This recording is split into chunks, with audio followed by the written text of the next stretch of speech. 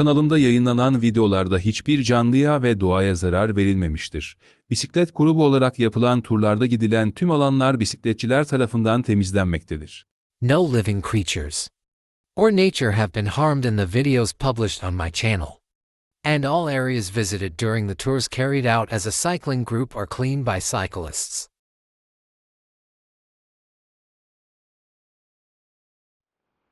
Evet sevgili bisiklet ve doğa sever arkadaşlarım. Bugün sizlerle Cospo'nun BC107 GPS'li bisiklet bilgisayarını inceleyeceğiz.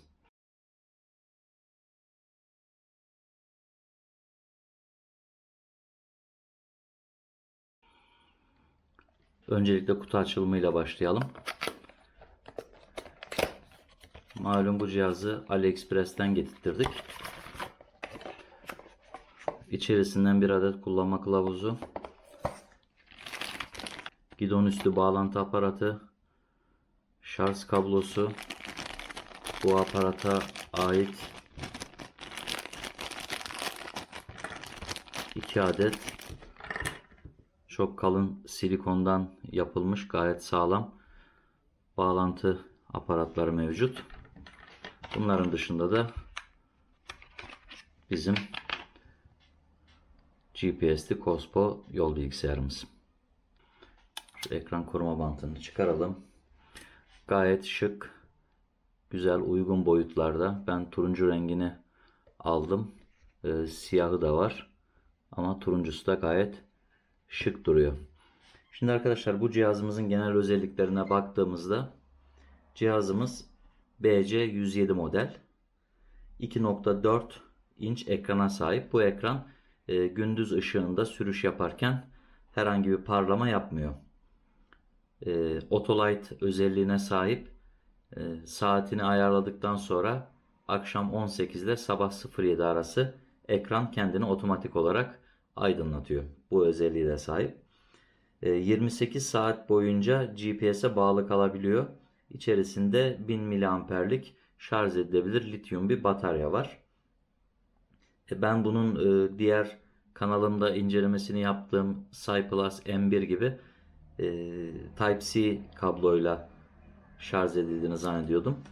Fakat bu Type-C ile değil, şurada görmüş olduğunuz gibi daha önceki şarj bağlantı aparatıyla geliyor, bir önceki nesille. Ama problem yok bu konuda. Cihazımızın yaklaşık 2.4 inçlik ekranında 20'ye yakın veriyi görebiliyorsunuz. Bunlarda toplam sürüş mesafesi, anlık hızınız, ortalama hızınız, tur içerisindeki maksimum hızınız, kalp ritmi, kadans, güç, hava sıcaklığı, o anki atmosferik basınç, yükseklik, ne kadar rampa indiğimiz, tur esnasında ne kadar rampa çıktığımız, kaç derece eğimde çıktığımız, anlık olarak maksimum kaç derecelik bir eğime çıktığımız hepsini izleyebiliyorsunuz. Aynı zamanda bu cihazımız IP67 su geçirmezlik özelliğine sahip. Bu da diğer cihazlardaki IPX7 su geçirmezlik özelliğine denk geliyor. Yağmurlu havalarda çok rahatlıkla kullanabilirsiniz. Fakat ben bisikletinizi yıkarken çok böyle suya maruz kalmasını çok tavsiye etmiyorum. Bunun dışında arkadaşlar GPS bağlantısı olarak ilk cihazı ilk açtığınızda 3-4 dakika içerisinde bağlanıyor. Onun dışında diğer kullanımlarda hemen yaklaşık 5-6 saniye içerisinde GPS uydularına bağlanıyor. 2 tane uyduya bağlanıyor. Bu iki uyduya bağlanmasından dolayı da GPS'te herhangi bir kopma veya herhangi bir yanlış veri ihtimalini de ortadan kaldırıyor. Cihaz bu konuda gayet başarılı. Dediğim gibi cihaz üzerinde sürüş esnasında yüksekliğimizi ve çıktığımız eğimin kaç derecelik eğim olduğunu anlık olarak da görebiliyorduk. Aynı zamanda tüm tur sonunda en fazla maksimum kaç derecelik eğime tırmanmışız, bunu da öğrenebiliyoruz. Bu cihazımız sensörler vasıtasıyla bizlere birçok veriyi de sağlıyor. Eğer ki bunlara ihtiyaç duymuyorsanız, örnek veriyorum bir kalp ritmi sensörüne veya bir kadans sensörüne ihtiyaç duymuyorsanız sensörsüz de çok rahatlıkla kullanabiliyorsunuz. Sensörler hem bileğe takılan hem de göğüse takılan 2 adet kalp ritmi sensörü alabiliyorsunuz. Aynı zamanda krank koluna takılan power metre ile o anki gücünüzü ölçebiliyorsunuz. Ayrıca hem kadans hem de hız sensörü alarak bunları da ayrıca kullanabiliyorsunuz. Şimdi bu sensörler konusunda şöyle bir durum var. Şimdi burada da gördüğünüz gibi 2 adet sensör var. Bu sensörler ikisi de aynı. BK467 model hız ve kadans sensörü. Bu sensörlerin ikisi de aynı. Fakat bir tanesinin üzerinde mavi, bir tanesinin üzerinde kırmızı ışık yanıyor. Bunlar da ne anlama geliyor? Şimdi eğer ki kırmızı ışık yanıyorsa bunu ön göbeğe veya arka göbeğin üzerine bağlayarak hız sensörü olarak kullanıyorsunuz. Mavi ışık yanıyorsa da bunu krank koluna bağlayarak kadans sensörü olarak kullanıyorsunuz. Peki bu sensörlerin ikisini de almak zorunda mıyız? Hayır, ikisini almak zorunda değilseniz. Örnek veriyorum, siz sadece kadans sensörünü alayım, ben zaten hızımı GPS ile ölçüyorum diyorsanız tek sensör almanız yeterli. Veya ben GPS verilerine güvenmiyorum, ben sensörle bunu ölçmek istiyorum diyorsanız yine tek sensör almanız yeterli. Peki bu değişikliği nasıl yapıyoruz? Arkasındaki kapağı açarak içinden pili çıkarıp taktığınızda mavi ışık 3 kere yanıp sönüyor ve bu sensör kadans sensörü oluyor. Siz bunu hız sensörü olarak kullanmak istiyorsanız tekrar pili çıkarıp takıyorsunuz. Bu kez de kırmızı ışık 3 kere yanıp sönüyor. Böylece de bunu hız sensörü olarak kullanıyorsunuz. Şimdi ayrıca Cosporite application'ı da, uygulamayı da telefonunuza indirdiğinizde birçok veriyi yine bu uygulama üzerinden de takip edebiliyorsunuz. Aynı zamanda tur verilerinizi bu cihaz tur bittikten sonra, siz turu bitirdiğinizde bu uygulama üzerinde yedekliyor.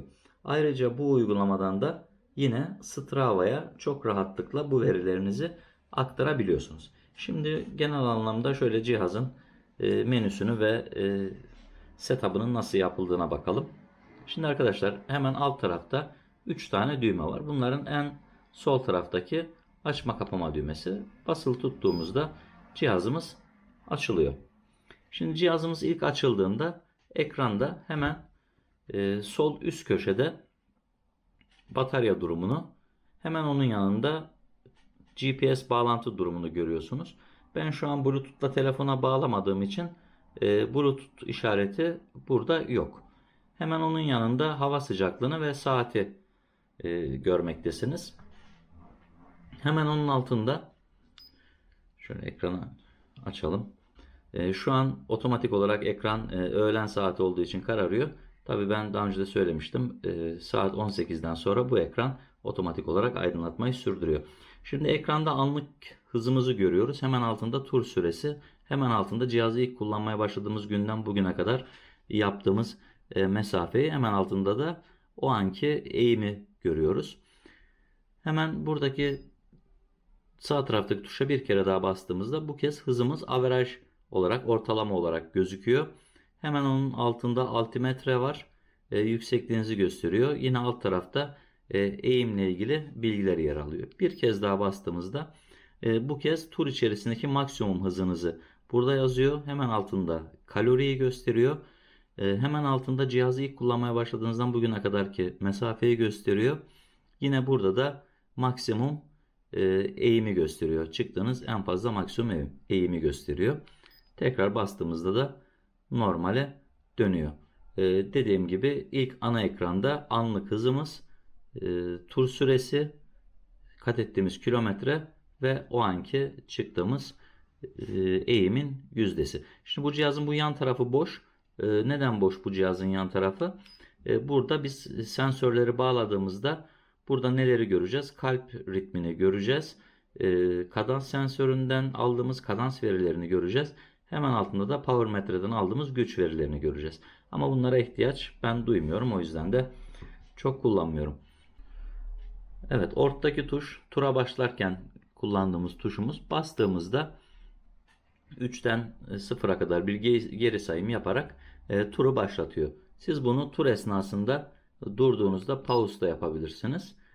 Otomatik pause'u da var zaten. Arkadaşlar şu an BC107'yi gidon üstü aparatla kullanıyorum. Gayet de güzel. Ama tabii kolla beraber daha bir şık duruyor. Bu arada bu cihazın oto pause'u da var. Onu söylemeyi unuttum, bilmiyorum.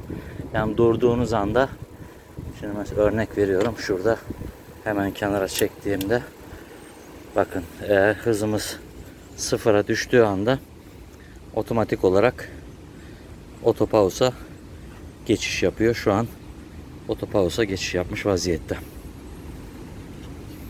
Ve pause yaptıktan sonra buna uzun süreli bastığınızda arkadaşlar cihaz otomatik olarak tur verilerini kendi içerisine ve cep telefonuna da uygulamaya bağlıysanız uygulamaya gönderiyor.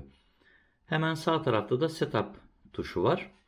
Bunu yapmak için de basılı tutuyoruz ve program 1'e geliyor. Ortaya bastığımızda bağlı olan sensörlerle haberleşmeye başlıyor ve bu sensörleri hemen görerek buraya veri aktarımına başlıyor.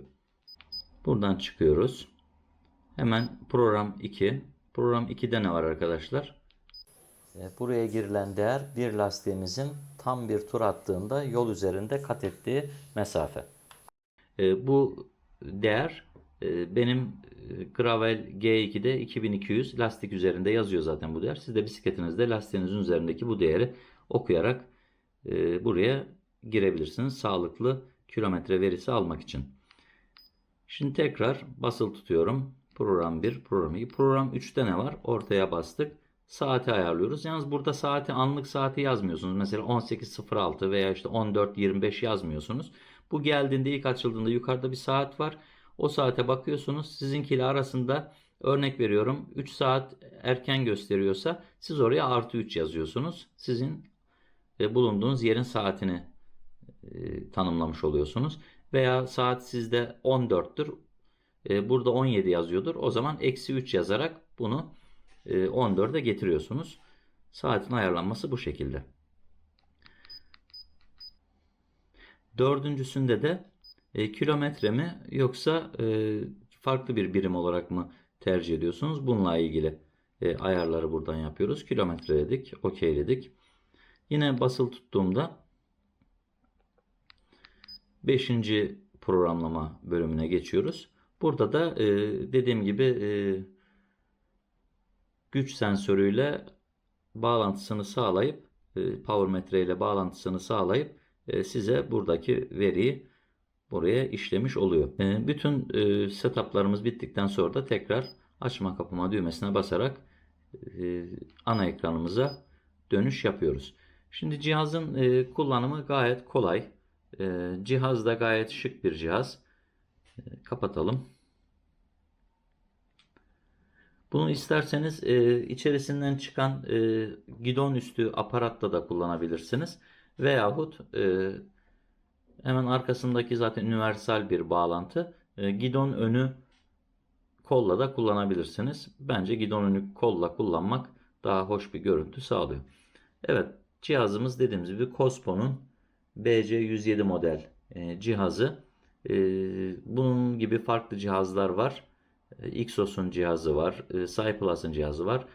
Benim kanalımda yine daha önceki videolarda Cyplus M1'in incelemesini yapmıştık.